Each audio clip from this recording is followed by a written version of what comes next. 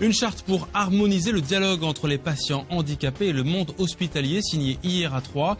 Elle vise concrètement à former les accompagnants ou améliorer la signalétique dans les hôpitaux, mais surtout mieux se comprendre, vous verrez. Et à propos de santé, voilà justement une convention qui va sans doute changer la relation des patients atteints d'un handicap avec l'hôpital. Hier, une charte a été signée en ce sens pour mieux former les accompagnants, en présence des acteurs régionaux de la santé et du handicap, sans oublier les premiers concernés. Des initiatives régionales ont été d'ailleurs mises en valeur sur cette thématique, car le constat est là, les difficultés de compréhension existent de part et d'autre.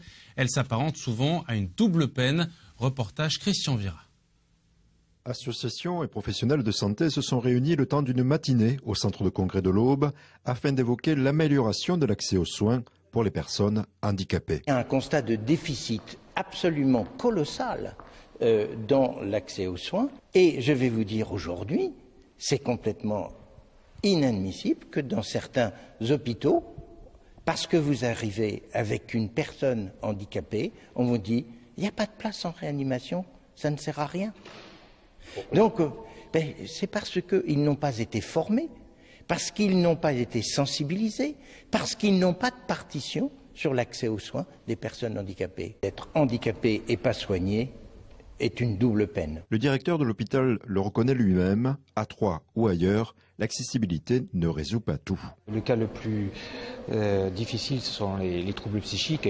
Quelqu'un qui a du mal à communiquer, à comprendre les questions, et donc ça met évidemment un frein important à tout dialogue, et donc aux possibilités de diagnostic. Manque de formation, d'information peuvent entraîner une prise en charge laborieuse. Afin d'éviter que le personnel soignant soit désemparé, la charte Romain Jacob a été éditée.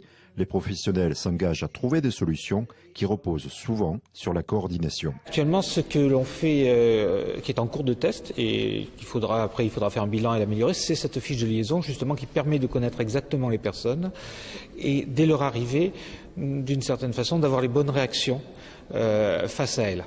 De connaître aussi leurs personnes de référence, quel est l'adulte avec lequel on peut avoir, par exemple, quelqu'un qui va faire un peu l'intermédiaire, le traducteur, si vous voulez. C'est un peu comme avec une personne étrangère, d'une certaine façon, pour lequel on a besoin des traducteurs. Ça, c'est globalement facile. On a une liste de gens de l'hôpital qui parlent d'autres langues. Mais là, il nous faut un traducteur par rapport à des problématiques auxquelles on n'est pas habitué au quotidien.